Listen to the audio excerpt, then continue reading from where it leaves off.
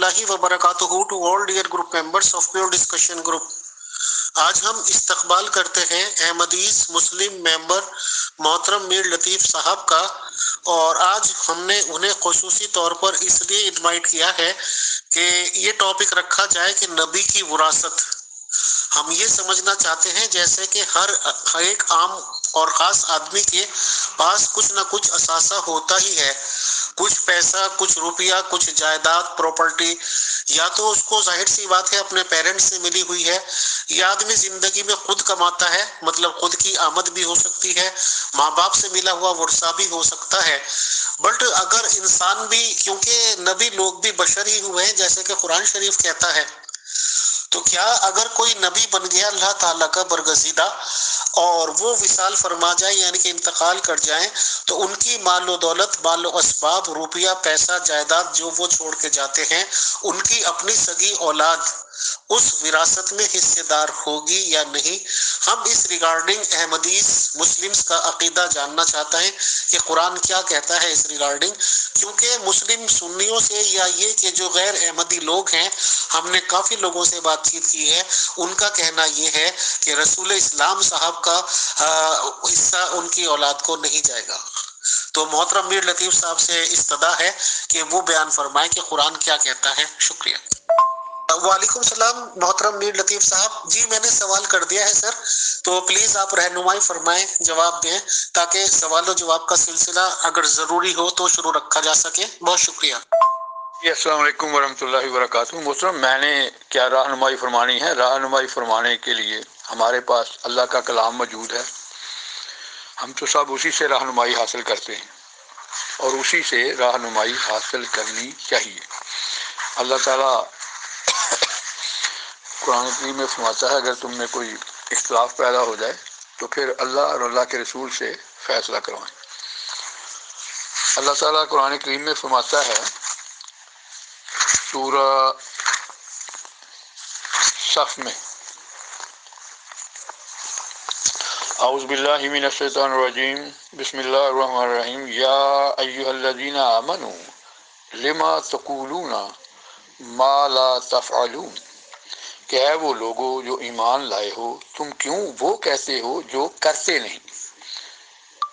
اور پھر اللہ فرماتا ہے کبر مقتا عند اللہ ان تقولوا ما لا تفعلون، کہ اللہ کے نزدیک یہ بہت بڑا گناہ ہے کہ تم وہ کہو جو تم کرتے نہیں۔ اللہ تعالیٰ نے حضرت صلی اللہ علیہ وآلہ وسلم پر قرآن کریم نازل فرمایا، اور ظاہر ہے ان کی اتباع کی، ان کی اطاعت کی بار بار اس لیے اللہ تعالیٰ نے ہدایت کی، بلکہ یہاں تک فرمایا کہ جس نے رسول کی اطاعت نہیں کی اس نے اللہ کی اطاعت نہیں کی۔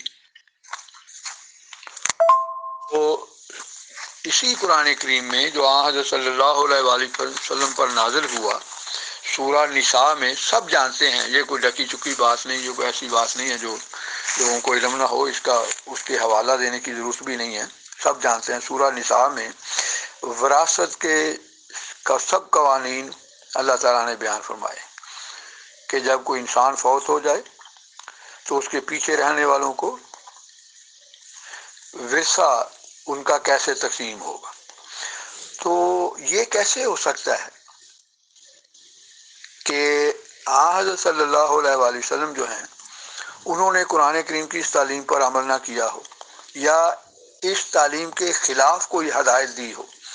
یہ ممکن نہیں ہے، کیونکہ اللہ تعالیٰ فرماتا ہے کہ اللہ تعالیٰ کے نزدیک سب سے ناپسندیدہ بات یہ ہے کہ تم دوسروں کو تو بات کو کہو لیکن خود اس پر عمل نہ کرو۔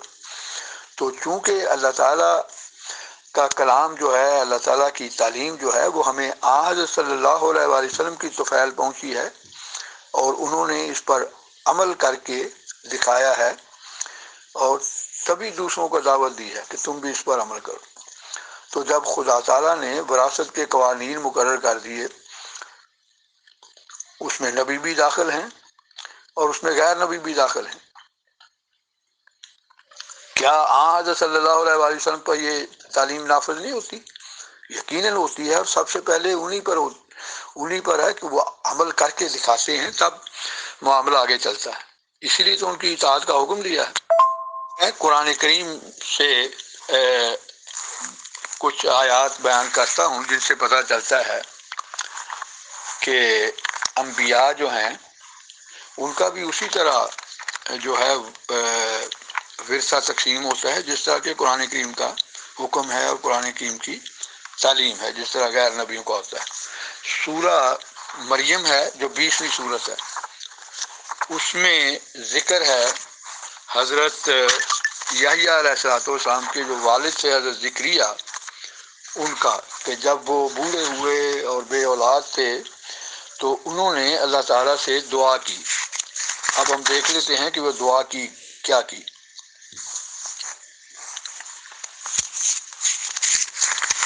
دعا یہ وہ کرتے ہیں، اعوذ باللہ من الشیطان الرجیم، بسم اللہ الرحمن الرحیم.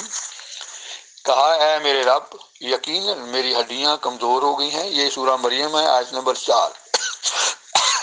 کہا میرے رب، یقیناً میری ہڈیاں کمزور پڑ گئی ہیں اور سر بڑھاپے سے بڑک اٹھا ہے، پھر بھی میرے رب میں تجھ سے دعا مانگتے ہوئے کبھی بد نصیب نہیں ہوا. یعنی وہ کہتے ہیں کہ مجھے امید ہے آپ تو میری دعا قبول. دعا کی کیا ہے؟ دعا یہ کی کہ میں یقیناً اپنے بعد اپنے شرکاء سے ڈرتا ہوں، جبکہ میری بیوی بھی بانجھ ہے، پس مجھے خود اپنی جناب سے ایک وارث عطا کر. تو شرکاء کا ذکر یہ بتاتا ہے کہ ان کی یہ دعا جو تھی وارث عطا کرنے کی، یہ دونوں لحاظ سے تھی. شرکاء کا ذکر کرنے سے یہ ہے کہ کہیں میری جو جائیداد بعد میں رہے وہ اس کے شریک نہ ہڑپ کر جائیں، مجھے یہ خوف ہے. اور اس میں کوئی شک نہیں کہ نبی کا اصل ورثہ جو ہے وہ اس کی تعلیم، اس کا کریکٹر اور اس کا علم ہوتا ہے. لیکن بعد میں اپنے شرکاء سے ڈرتا ہوں، یہ لفظ خوب روشنی ڈال رہے ہیں کہ ان کو کس قسم کا خوف تھا، کیونکہ شرکاء ہی بعد میں وارث ہوتے ہیں اگر کسی کی کوئی اولاد نہ ہو تو. آگے لکھا ہے کہ جو میرا ورثہ بھی پائے اور آل یعقوب کا ورثہ بھی پائے. اب میرا ورثہ سے مراد یہ ہے دونوں چیزیں، علم اور جو مال کے لحاظ سے ورثہ. اور آل یعقوب کا جو ورثہ ہے تو اس میں تو ظاہر ہے وہ ایک کی اولاد جو ہے وہ دوسرے کی وارث نہیں ہو سکتی. یہاں خالصتاً آل یعقوب کا ورثہ سے مراد ہے علم کا ورثہ. پھر ہم دیکھتے ہیں حضرت سلیمان علیہ السلام کے متعلق قرآن کریم میں کیا فرمایا ہے. یہ سورہ نمل ہے اور آیت نمبر ہے 15 اور 16، اور لکھا ہے ہم نے یقیناً داؤد اور سلیمان کو بڑا علم عطا کیا تھا. یعنی علم دونوں نے، کیونکہ دونوں انبیاء تھے اس لیے علم دونوں نے اللہ تعالیٰ سے سیکھا، ایک نے نہیں دونوں نے. اور دونوں نے کہا تمام تعریف اللہ ہی کی ہے جس نے ہمیں بہت سے مومن بندوں پر فضیلت بخشی ہے. اور اگلی آیت میں ہے سلیمان داؤد کا وارث ہوا. یہاں علم کی وراثت بھی ہے اور دنیاوی وراثت بھی ہے، کیونکہ حضرت سلیمان علیہ السلام حضرت داؤد کے بعد بادشاہ ہوئے ہیں جو ان کے وراثت میں ملی. آگے ان کے بیٹے جو ہیں حضرت سلیمان کے وہ بھی وارث ہوئے ہیں، وہ بھی نبی تھے، ان کو بھی بادشاہ وراثت میں ملی. اسی طرح ان کے خاندان سے باہر بنی یہودا میں ایک بھی بادشاہ نہیں ہوا، سب ان کے خاندان سے تھے. اس کا مطلب ہے ان کو وراثت میں بادشاہ ملتی تھی. اور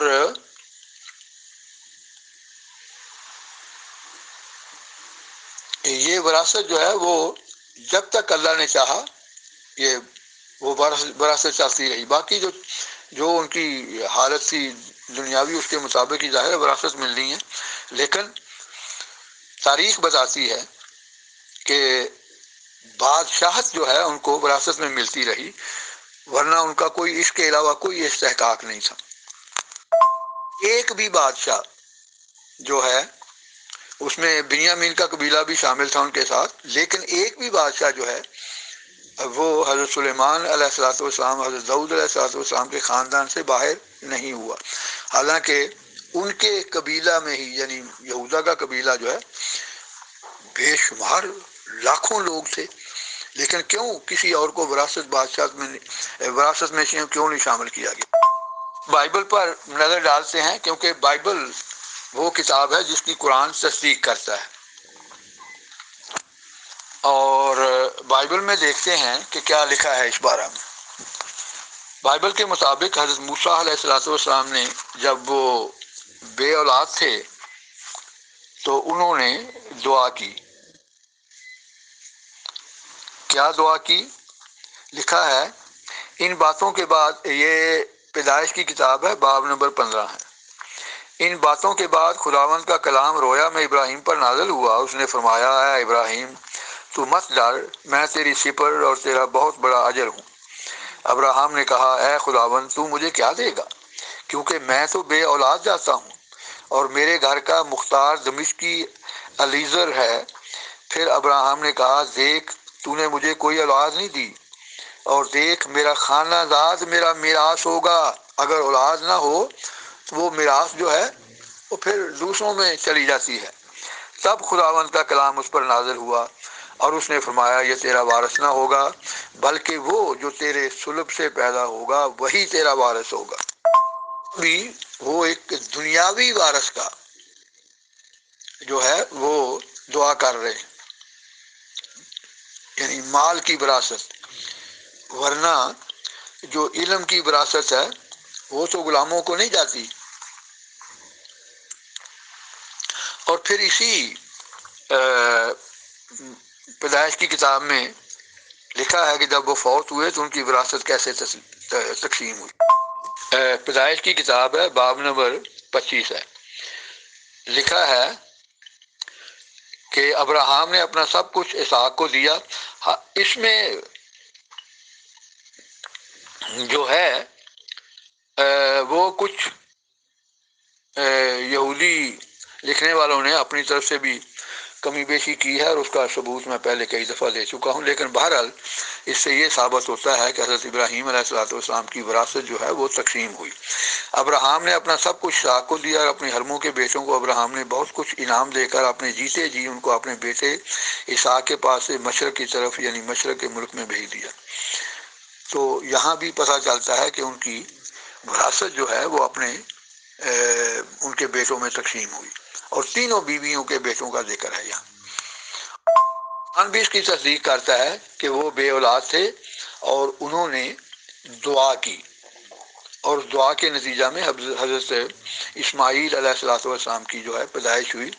اسماعیل نام ہی اس بات پر گواہ ہے کہ وہ دعا کے نتیجہ میں پیدا۔ اسماعیل کا مطلب ہے خدا نے سن لی، یعنی ابراہیم نے جو اللہ سے درخواست کی تھی وہ درخواست اللہ تعالیٰ نے قبول فرمائی، اور اس کے نتیجہ میں حضرت اسماعیل علیہ الصلوۃ والسلام کی پیدائش ہوئی۔ میرا خیال ہے اسلام کی بنیادی کتاب جو ہے وہ قرآن کریم ہے، اور قرآن کریم میں نے مختصر وقت میں چند حوالے پیش کر دیے ہیں، جس سے پتہ چلتا ہے کہ انبیاء کی وراثت جو ہے وہ اسی طرح تقسیم ہوتی ہے جس طرح باقی لوگوں کی تقسیم ہوتی ہے۔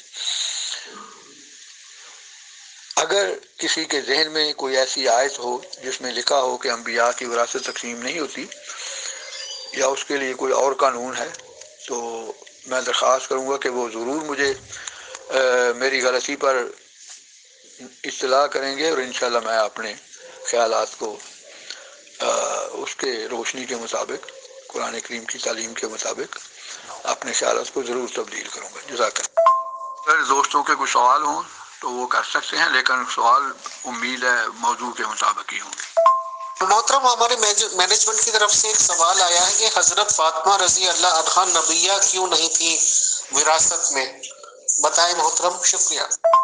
محترم آڈیو میں کریں اس کو، ایک پتہ نہیں کیا چکر ہے، میرا یہ ٹیگ نہیں ہو رہا کہیں بھی، اس کی پتہ نہیں کیا وجہ ہے، کوئی مجھے کوئی گڑبڑ ہے آئنسٹائن میں یا کیا ہے. بہرحال اور نبیہ کیوں نہیں تھی محترم؟ قرآن کریم کا یہ تعلیم ہے کہ عورت جو ہے وہ نبی نہیں بنائی جاتی، کیونکہ عورت کے اپنے مخصوص حالات ہیں، اور نبی کا جو منصب ہے، اس کی جو ذمہ داریاں ہیں، وہ اس کے عورت کی مخصوص نیچر کی وجہ سے ان کو وہ عورتیں ادا نہیں کر سکتی. مثلاً مینسز آئے ہوئے ہیں تو قرآن کریم میں حکم ہے کہ مینسز کے دوران جو ہے وہ عورت کو جائز نہیں ہے کہ وہ جائے مسجد میں اور نماز پڑھے. تو نبی کا تو یہ منصب ہے کہ اس نے امامت کروانی ہوتی ہے، کیونکہ وہ ہر نبی امام بھی ہوتا ہے. تو پھر ان حالات میں پھر ان کو جب حمل وضع ہوتا ہے تو حمل کے دوران بھی اور حمل کے بعد بھی بعض ایسے دن ہوتے ہیں جس میں عورت اپنا منصب جو ذمہ داریاں ہیں اس قسم کی وہ ادا نہیں کر سکتی. تو اس لیے چونکہ اللہ تعالیٰ نے اس کو جو نیچر دی ہے وہ معنی ہے، اس لیے اللہ تعالیٰ نے خود اعلان کیا ہے کہ جتنے بھی نبی ہوئے ہیں وہ سب جو ہیں وہ مرد تھے، عورت کوئی بھی نبیہ نہیں ہوتی. جی نہیں، نبیہ یہ مجھے سر یہ سوال ہی کیا ہے نبیہ کیوں نہیں تھی؟ نبیہ ایک منصب ہے تو وراثت میں سمجھ نہیں آئی کیا کیوں سوال کی نبیہ کیوں نہیں تھی؟ یا تو یہ پوچھیں کہ ان کو حضرت فاطمہ رضی اللہ تعالیٰ عنہ کو وراثت میں حصہ کیوں نہیں ملا؟ تو نبیہ کیوں نہیں تھی یہ کیا سوال ہے؟ مجھے نہیں سمجھ آیا. وراثت صرف نبیوں کی ملتی ہے، اور نبوت جو ہے وہ تو وراثت میں نہیں ملتی. کہاں لکھا ہوا کہ نبوت وراثت میں ملتی ہے؟ نبوت جو ہے وہ اللہ تعالیٰ کی طرف سے ملتی ہے براہ راست. وہ واقعہ بیان کریں. دیکھیں حضرت صلی اللہ علیہ وآلہ وسلم میں حقیقت تو یہ ہے کہ کوئی وراثت چھوڑی ہی نہیں تھی، ان کی کوئی جائیداد تھی نہیں. وہ سب اپنی زندگی میں جو ہے وہ خیرات وغیرہ کر چکے تھے، یا اپنی زندگی میں ہی دے چکے تھے سب کچھ جو بھی انہوں نے دینا تھا کسی کو. تو جو زندگی میں دے دی جائے چیز دے دی جائے اس کو تو وراثت کہتے ہی نہیں. وہ پھر جو دے لی جائے وہ اس کی ملکیت ہی نہیں ہوتی. وراثت اس کو کہتے ہیں جو وفات کے وقت کوئی کسی شخص کی ملکیت ہو. اصولی تعلیم بتائی ہے قرآن کریم کی. باقی بعض تاریخی واقعات جو ہیں اس کے مطلب اگر پرٹیکولر سوال ہوا، مجھے اس کا علم ہوا تو جواب دے دوں گا، نہیں ہوا تو مزید مطالعہ کر کے جواب دوں گا انشاءاللہ. محترم میر لطیف صاحب السلام علیکم. اصل میں سوال یہ ہے محترم کہ جیسے کہ شادیوں کا مسئلہ ہے کہ قرآن شریف میں ایک مسلمان کو ایک سے زیادہ شادی رکھ سکتا ہے، 4 تک رکھ سکتا ہے، بٹ اس کے لیے کنڈیشن یہ ہے کہ اس کے لیے اس کے پاس مال و اسباب ہونے چاہیے، ایسے ذرائع ہونے چاہیے کہ وہ برابر سب لوگوں کو تقسیم بھی کر سکے اور سب لوگوں کو عزت و اکرام سے رکھ سکے. اور نبی کے لیے یہ خصوصی اجازت تھی کہ وہ زیادہ بیوی بھی رکھ سکتے ہیں، اور اسی لیے لوگ بتاتے ہیں کہ 11 سے 13 تک بیویاں ان کے پاس بتائی جاتی ہیں کہ ایک ساتھ رہی ہیں. تو اس سے ظاہر ہوتا ہے کہ رسول اللہ صلی اللہ علیہ وسلم مال و دولت میں بھرپور تھے اور انہیں مال کی طرف سے کسی قسم کی کوئی کمی بیشی نہیں تھی، اور وہ آرام سے سبھی لوگوں کی کفالت کر سکتے تھے. تو پھر آپ یہ کیسے کہہ سکتے ہیں کہ ان کے پاس کوئی مال و اسباب نہیں تھا؟ خدیجہ جی جو تھی ان کی بیوی تھی، وہ مالدار ترین عورت تھی مکے کی، اپنے ماں باپ کے اکلوتے بیٹے تھے رسول اللہ صلی اللہ علیہ وسلم، ان کا بھی ورثہ، ان کی بھی وراثت ان کے پاس آئی ہوگی. اور یہ پھر یہ الگ باتیں ہیں کہ رسول کی حیثیت سے مال فدق، جاگیر فدق وغیرہ بہت ساری چیزیں آئی ہیں، بٹ یہ ہے کہ رسول اللہ صلی اللہ علیہ وسلم کی بیوی یا سسرال سے بھی انہیں بہت کچھ ملا ہوگا. تو آخر وہ مال دولت کہاں گیا؟ اور یہ ایک مشہور واقعہ ہے کہ حضرت فاطمہ ان کی بیٹی کو جانا پڑا تھا ابو بکر صاحب کی خلافت کے دربار میں اپنا حصہ مانگنے کے لیے، اور ابو بکر صاحب نے یہ کہہ دیا تھا کہ نبیوں کا ترکہ نہیں ہوتا ہے، اور یہ بات رسول اسلام صاحب نے ہی ان کو بتائی تھی. تو اگر ہم قرآن شریف کی بات مانیں، رسول کا کردار مانیں، رسول کا عمل مانیں قرآن شریف پہ، تو اس کے برعکس لگتی ہے یہ بات. اور میں معافی کے ساتھ یہ کہنا چاہتا ہوں کہ اس مسئلے میں یا تو رسول غلط تھے خدا نہ خواستہ، یا یہ کہ خلیفہ صاحب. تو آپ بتائیں محترم اس میں سچائی کیا ہو سکتی ہے؟ جی کوئی اور ہے جی کوئی سوال، یا اگر کسی دوست کا نظریہ اس کے خلاف ہے تو وہ اس کا ذکر کریں بعض دلائل، تو ہم ان کو بھی سنیں گے انشاءاللہ۔ جی محترم، میں نے یہ نہیں کہا کہ ان کے پاس کوئی مال و اسباب نہیں تھا، میں نے یہ کہا ہے کہ ان کی وفات کے بعد مال و اسباب تھا۔ وہ انہوں نے اپنی زندگی میں بے پناہ خیرات کی ہے، بے پناہ جو ہے اپنی دولت لوگوں کی فلاح و بہبود کے لیے خرچ کی ہے۔ تو اگر کسی کے پاس ثبوت ہے کہ انہوں نے لمبی چوڑی جائیداد چھوڑی تھی اپنے پاس، تو وہ پیش کریں، میں مان لوں گا۔ تک بھی کرتے تھے کہ اگر کسی وقت ان کے پاس کوئی پیسہ نہیں ہوتا تھا تو وہ کہہ دیتے تھے کہ بازار سے جا کے چیز لے لو میرے نام پہ، میں بعد میں ادائیگی کر دوں گا۔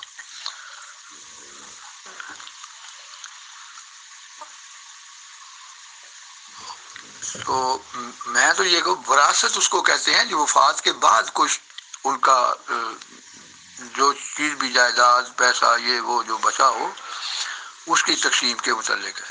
اپنی زندگی میں جس کو چاہیں جو مرضی دے دیں، اس میں تو کوئی رکاوٹ نہیں ہے، وہ پھر ان کی جائیداد نہیں رہتی، وہ تو جب دے دی تو وہ ان کی نہ رہی۔ محترم میر لطیف صاحب، آپ نے بھی یہ فرمایا ہے، قرآن شریف کی بھی تعلیمات یہی ہیں، بلکہ رسول اسلام صاحب پر نازل ہوا مانا جاتا ہے قرآن شریف، کہ اگر قرآن شریف کی باتوں پہ خود رسول عمل پیرا نہیں ہے تو پھر کیسے رسول، اور ہم کیوں مانیں ان کو؟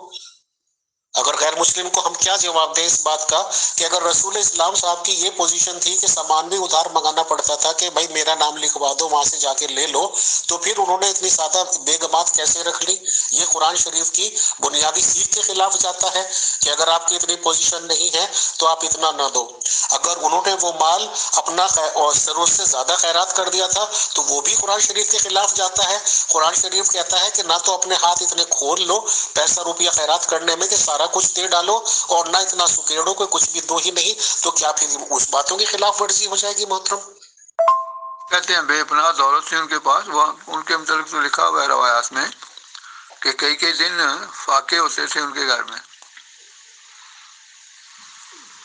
اس سے یہی مراد ہے کہ وہ اپنی جو دولت ہے وہ غریبوں پر نشاور کرتے تھے، وہ لوگوں کی فلاح و بہبود کے لیے خرچ کرتے تھے، تو اس قدر قربانی کرتے تھے کہ اپنی ذات کو بھی جو ہے وہ ایک لحاظ سے سمجھو کہ قربان کر دیتے تھے لوگوں کے لیے، کہ میں بھوکا خود رہ لوں گا لیکن دوسروں کی بھوک ان کو برداشت نہیں ہوتی تھی۔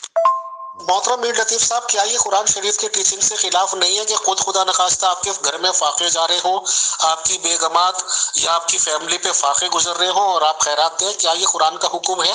نہیں ہے میرے خیال سے تو۔ یہ محترم یہ کیسے مجھے بتا دیں، اگر انسان اپنی ضروریات جو ہے، اور اس کا ذکر ہے قرآن کریم میں کہ بعض کا تو ان کی بیگمات جو ہیں وہ مطالبہ کرتی تھی ایسی چیزوں کا جو کہ دوسری عورتوں کے پاس بھی ہوتی ہیں گھریلو رہن سہن کے لیے، تو اللہ تعالیٰ نے فرمایا کہ ان کو کہہ دو پھر تم مجھ سے علیحدگی اختیار کر لو، میں تو اسی طرح زندگی بسر کروں گا جس طرح جو انسانوں کے فائدے کے لیے۔ تو قرآن کریم میں یہ اخراجات کے لیے حکم ہے کہ اپنی ضرورت سے زائد جو ہے وہ خرچ کر دو۔ تو ہر ایک کی ضرورتیں اپنی جگہ ہیں۔ آپ کو چودھری ظفر اللہ خان صاحب کی مثال دیتا ہوں، حضرت صلی اللہ علیہ وآلہ وسلم جو ہیں ان کا تو مقام ہی بہت، چودھری ظفر اللہ خان سمیت باقی کوئی بھی جو ہے وہ ان کے مقام اور مرتبہ کو نہیں پہنچ سکتا، لیکن میں آپ کو مثال دیتا ہوں کہ وہ کیسے زندگی بسر کرتے۔ چودھری ظفر اللہ خان صاحب بڑے بڑے عہدوں پر رہے ہیں۔ 1947 میں جب پاکستان تقسیم ہوا ہے تو وہ بھوپال کی جو تھی ریاست اس کے قانونی مشیر تھے۔ اس وقت 40,000 روپیہ تنخواہ تھی ان کی، اور اس کے علاوہ گاڑیاں اور ان کی رہائش کے لیے بنگلے یہ وہ سب اس کے علاوہ تھے۔ اسی طرح وہ پوری دنیا کے جو عدالت ہے اس کے پریزیڈنٹ رہے ہیں عدالتوں کے، پھر وہ بڑے بڑے عہدوں پر رہے ہیں، یہ یو این او کو پریزیڈنٹ رہے ہیں۔ وہ ان کے متعلق آتا ہے کہ وہ صرف مہینے کے 4 یورو اپنے آپ ذات پر خرچ کرتے تھے. اچھا محترم میر لطیف صاحب ماشاءاللہ کا بھی ٹائم بہت قیمتی ہے، میں وقت نہیں لینا چاہوں گا. مجھے یہ بتائیے کہ جب نبیوں کا آپ بھی مان رہے ہیں، قرآن شریف بھی مانتا ہے کہ وراثت ہوتی ہی ہوتی ہے، تو آخر ابو بکر صاحب نے یہ کیوں کہا کہ ان کا صدقہ، ان کی ورثہ، ان کی ترکہ نہیں ہوتا؟ سر اس میں کیا بھید ہے؟ میں بات کر رہا تھا مثال دے کے چودھری ظفر اللہ خان صاحب کی، تو 4 میرے منہ سے یورو نکل گیا ہے، ڈالر وہ اپنے ذات کے لیے خرچ کرتے تھے. باقی جو ہے وہ سب انسانوں کی فلاح و بہبود کے لیے اپنی انہوں نے دولت جو ہے خرچ کی ہے. تو اپنی زندگی میں جو اپنے بچوں کو دیا ہے وہ دیا ہے، لیکن میرا نہیں خیال کہ ان کی بھی کوئی جائیداد بعد میں تھی جب وہ فوت ہوئے.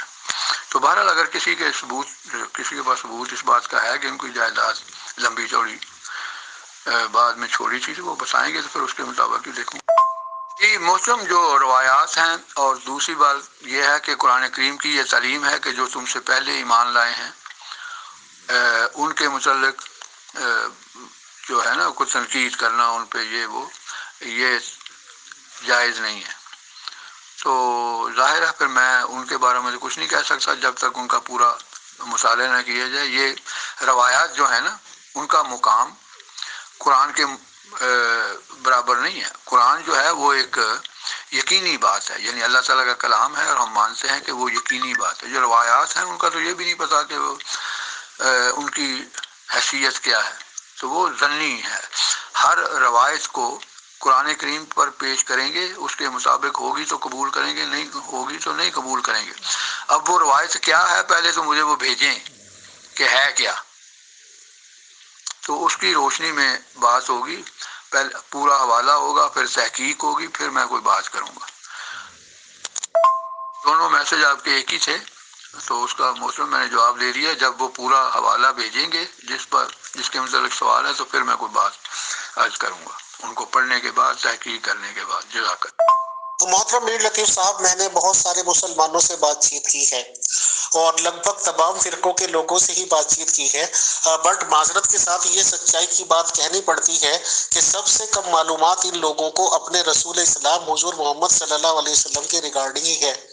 ان کا آج تک یہ اختلاف ختم نہیں ہوتا کہ ان کے پاس ایک بیٹی تھی یا یہ کہ 3-4 بیٹیاں تھیں، طرح طرح کے اختلافات. اب یہ آپ نے کہہ دیا کہ ثبوت لا کے دو کہ انہوں نے کیا چھوڑا تھا. میرا تو سوال ایک کامن مین کا سوال ہے سر، یا یہ کہہ لیجیے کہ غیر مسلم بھی یہی سوال کرتے ہیں کہ وہ اپنے ماں باپ کے اکلوتی اولاد تھے رسول اسلام صاحب. تو ظاہر سی بات ہے اگر کچھ بھی نہیں ہوگا تو گھر تو ہوگا، اونٹ وغیرہ بھی کچھ ہوں گے، کچھ نہ کچھ تو ان کے ماں باپ کے پاس ہوگا. خدا نخواستہ بالکل فٹ پاتھ پہ تو رہنے والے لوگ نہیں تھے. ان کی شادی مکے کی مالدار ترین عورت سے ہوئی تھی، کپڑے کا تجارت کرتی تھی، اور رسول اسلام صاحب نے بھی کافی ٹائم ان کے ساتھ کپڑے کی تجارت کی ہے. تو ظاہر سی بات ہے کہ ان کے پاس ایک بیٹی تھی حضرت فاطمہ، تو خدیجہ جی کا بھی مان لو اسباب ہوگا، کیونکہ یہ قرآن کے خلاف ہے کہ آپ سارا کچھ دے ڈالو. وہ بھی انہوں نے دیا ہوگا. اتنی زیادہ بیوییں بھی رکھی ہیں، بیگمات بھی رکھی ہیں رسول صاحب نے، تو وہ بھی مال و دولت ہوگی. اب سوال یہ ہوگا، یہ بات آپ ٹھیک کہہ رہے ہیں اپنی جگہ کہ بٹ اگر یہ بات ہم مان لیں کہ فاطمہ جن کو خاتون جنت کہا جاتا ہے، جو رسول کی بیٹی ہیں، اگر وہ گئی ہے دربار میں، جو کہ حدیثوں سے بخاری شریف وغیرہ کی ثابت ہے کہ وہ اپنی جائیداد کا مطالبہ لینے گئی ہیں کہ میرا وہ دے دیجئے، اور ابو بکر صاحب یہ کہتے ہیں کہ ان کی وراثت نہیں ہوتی، تو قرآن شریف کی یہ بات خلاف ہے یا نہیں ہے؟ کیا آپ محترم اتنا تو دے سکتے ہیں، اتنا تو بتا سکتے ہیں؟ یہ مسلم میں نے قرآن کا حکم بتا دیا ہے. قرآن کریم میں اخراجات کے بارے میں، یعنی لوگوں پر کیا خرچ کریں، دوسرے لوگوں پر، قرآن کریم کی یہی تعلیم ہے کہ اپنے جو ہیں اخراجات سے جو زائد ہو وہ خرچ کریں. تو اب اپنے اخراجات کو محدود کرنا، وسیع کرنا، تو جو ہر شخص کے اپنے اختیار میں ہے. تو انہوں نے یہ راہ اختیار کی کہ اپنی ضروریات کو قربان کیا دوسروں کے لیے. ایسے تو نہیں اللہ تعالیٰ نے ان کو فرمایا کہ تو رحمت للعالمین ہے. رحمت للعالمین کے کچھ تقاضے ہیں کہ اپنے سے زیادہ دوسروں کی ضرورت کا خیال رکھا جائے. تو اس میں کون سی ایسی ممانعت والی بات ہے؟ آپ اپنی عیاشیوں کو جتنا مرضی بڑھا لیں، لیکن عیاشیاں جو ہیں وہ تو مقصد نہیں زندگی کا. زندگی کا مقصد یہ ہے اللہ سے پیار اور اللہ کی مخلوق سے پیار، اور وہ انہوں نے اپنی ذاتی زندگی کو بھی قربان کر دیا دوسرے لوگوں کے لیے. تو اس میں کون سی ایسی بات ہے؟ مزہ تو اسی میں آتا ہے کہ اپنی ضرورتوں کو دوسروں پر نشاور کیا جائے. میں نے جیسے کیا ہے عرض، ان باتوں کا قرآن میں ذکر ہے کہ انہوں نے اپنے اخراجات کو کم کیا، بیویوں نے مطالبات کیے، لیکن انہوں نے کہا میں نے تو ایسی زندگی گزارنی ہے، میرا تو مقصد ہی دوسروں کی فلاح و بہبود ہے. تو اگر آپ کو نہیں پسند تو آپ کو یہ حق کا اثر ہے کہ آپ مجھ سے علیحدگی اختیار کریں. پھر بیویوں نے بھی وہی زندگی اختیار کی، کیونکہ کوئی بھی نہیں چاہتا کہ اتنا بلند مقام جو ہے اس سے گر کر وہ زندگی گزارے. تو ایک نبی کی بیوی ہونا، وہ بھی حضرت صلی اللہ علیہ وآلہ وسلم کی، یہ کوئی معمولی مقام نہیں ہے کسی جس کو حاصل ہو جائے. یہ محترم گھر تھے ان کے، اور ان کی بیویوں کے گھر تھے، ہر بیوی کو الگ الگ گھر کے لے کے دیا ہوا تھا. اپنی زندگی میں انہوں نے بیویوں کو دے دیے تھے، تو ان کا گھر پھر کہاں رہ گیا؟ جتنی بیویاں تھیں ہر ایک کا اپنا الگ گھر تھا، لیکن وہ گھر انہوں نے اپنی زندگی میں ان بیویوں کو دے دیے ہوئے تھے، تو پھر ان کی جائیداد تو نہ وہ رہی. ہر شخص کا اپنی دیکھتا ہے کہ، لیکن انہوں نے یہ زندگی پسند نہیں کی کہ لوگ تو بھوکے مریں اور میں جو ہیں وہ اپنی ضروریات سے زیادہ خرچ کروں. تو کون سا راستہ اختیار کرنا چاہیے؟ محض باتیں کرنا تو بڑی آسان بات ہے، اس ایسی زندگی گزار کے دکھانا. اسی لیے تو کہا ہے قرآن کریم میں اللہ تعالیٰ نے، اعوذ باللہ من الشیطان الرجیم، بسم اللہ الرحمن الرحیم، قل ان کنتم تحبون اللہ فاتبعونی یحببکم اللہ، کہ اے رسول تو ان کو کہہ دے کہ اگر تم خدا سے محبت کرتے ہو تو میری اتباع کرو، پھر خدا تم سے پیار کرے گا. تو ان کی اتباع سے خدا کا پیار ملتا ہے. کہ ان کے داماد اس زمانے میں بھی کروڑوں پتی تھے، یہ حضرت عثمان رضی اللہ تعالیٰ عنہ، ان کے سسر حضرت ابوبکر صدیق رضی اللہ عنہ، اپنا سارا مال انہوں نے، سارا مال گھر کا خدا کی راہ میں خرچ کر دیا تھا. تو اللہ تعالیٰ انہوں نے بادشاہ بنایا دنیا کا، تو اللہ تعالیٰ جزا دیے بغیر نہیں چھوڑتا. لیکن اب ہر شخص کی خواہش کے مطابق تو نہیں انسان نے زندگی گزارنی، خدا کی خواہشوں کے مطابق زندگی گزارنی ہے. خدا نے ان کو رحمت للعالمین بنایا ہے، اور لوگ بھوکے مار رہے ہوں اور وہ عیاشیاں کر رہے ہوں، تو پھر رحمت للعالمین تو نہیں کہلا سکتے. وہ رحمت للعالمین اسی صورت میں کہلا سکتے تھے وہ، کہ وہ رحمت جو ہے وہ اپنے عمل سے دکھائیں، اور انہوں نے دکھائی. لوگ ان پر طرح طرح کے اعتراض کرتے ہیں، لیکن باوجود اس کے کہ وہ ان کو اللہ تعالیٰ نے ان کی زندگی میں بادشاہت عطا کی، لیکن انہوں نے زندگی بادشاہوں والی نہیں گزاری. زندگی انہوں نے وہی گزاری کہ اپنی ہر چیز جو ہے وہ غریبوں کے لیے اور خدا کی راہ میں خرچ کر دیں. اپنے موسم جہاں پڑا ہے مجھے حوالہ بھیج دیں آپ، اس میں کون سی بات ہے اگر ایک چیز کا مجھے نہیں علم. اور دوسری بات یہ ہے کہ میرا یہ اصول ہے کہ میں کبھی بھی اصل حوالہ دیکھے بغیر اس پر لب کشائی نہیں کرتا. پہلے وہ دیکھنا چاہیے کہ جو اعتراض ہے وہ ہے کیا. اکثر اوقات ان اعتراضات کی کوئی بنیاد ہی نہیں ہوتی جب ان کے اصل حالت میں اس کو دیکھا جاتا ہے، حالات کے مطابق ان کا جائزہ لیا جاتا ہے، سیاق و سباق کے مطابق اس کا جائزہ لیا جاتا ہے، تو اکثر اعتراضات خود بخود ہی ختم ہو جاتے ہیں. تو اس لیے جب تک موسم آپ جس دوست نے یہ سوال آپ کو بھیجا ہے وہ مجھے اصل حوالے نہیں بتائیں گے، میں کیسے اس پہ بات کر سکتا ہوں. مذہب کی دنیا تخیلات اور فرائض پر تو نہیں چلتی، ٹھوس ثبوت چاہیے ہر چیز کا. تو قرآن کریم میں فرماتا ہے ہاتھو برہانکم ان کنتم صادقین، کہ اگر تم سچے ہو تو دلیل پیش کرو. تو موسم میں دلیل ہی تو مانگ رہا ہوں کہ جو آپ فرما رہے ہیں اس کا کوئی حوالہ بھی تو بھیجے نا. زبانی کلامی تو مجھے نہیں نا علم ہے کیا بات ہے وہاں کیا نہیں ہے. مذہبی دنیا کھیل تماشا تو نہیں ہے. جی محترم، اگر کوئی ہے سوال تو ٹھیک ہے، ورنہ بتا دیں، اب اپنے پروگرام ختم کرنا ہے. محترم میر لطیف صاحب شکریہ. بات آپ حوالوں کی کر رہے ہیں تو ظاہر سی بات میں اس وقت حوالے میرے پاس نہیں ہے، تو انشاءاللہ دوبارہ کبھی ٹائم لے لیں گے، آپ سے ریکویسٹ کر لیں گے. سر ایک بات یہ بتا دیجیے کہ جاگیر فدق کے ریگارڈنگ آپ کے پاس اگر کچھ معلومات ہیں کہ کیا وہ رسول اسلام صاحب کا پرسنل ہو گیا تھا؟ کیونکہ کسی یہودی نے یہ کہا تھا کہ یہ خاص گفٹ میں آپ کو دے رہا ہوں. اگر اس ریگارڈنگ جانکاری ہے تو بتا دیجیے، نہیں تو نہیں سر. کے بعد میں بھجوا دیں، میں انشاءاللہ پھر کسی وقت حاضر ہو جاؤں گا اس کو مطالعہ کرنے کے بعد، اور اس کے متعلق جو سوال ہے وہ بھی بھجوا دیں، حوالہ بھی، اور اس روایت کو بھی دیکھوں گا، اس کی تحقیق کروں گا، اور اس پر جو سوال ہے وہ بھی بھجوا دیں. انشاءاللہ دوسرا پروگرام رکھ لیں گے. جزاک اللہ. خدا حافظ. السلام علیکم. السلام علیکم ورحمۃ اللہ وبرکاتہ to all dear group members of pure discussion group.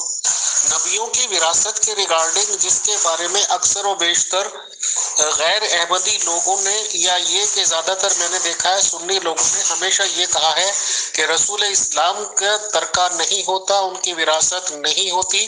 اور یہ بات کان میں، یعنی کہ کیا کہتے ہیں، بصیرت تو آنکھوں کو کہتے ہیں، اور سماعت کانوں سے ہوتی ہے. سماعت میں آئی تھی حضرت ابو بکر علیہ الصلوۃ والسلام کے کہ حضرت محمد رضی اللہ نے انہیں کہہ دیا تھا کہ ان کی اولاد کا ترکہ نہیں ہوگا. تو اس سوال پہ ہم جوابات چاہتے ہیں. آج بھی ہماری یہ بات مکمل نہیں ہو سکی، تو انشاءاللہ مسلمانوں سے، احمدیوں سے، سبھی لوگوں سے ہم یہ بات پوچھیں گے کہ قرآن کیا کہتا ہے، رسول کا عمل کیا ہے، اور ابو بکر صاحب کا فرمان کیا ہے. اس چشو پنج میں ہم آج کا یہ پروگرام پورا کرتے ہیں، اور انشاءاللہ اس پہ مزید تحقیقات جاری رکھیں گے. بہت شکریہ. جزاک اللہ. السلام علیکم ورحمۃ اللہ ٹو آل.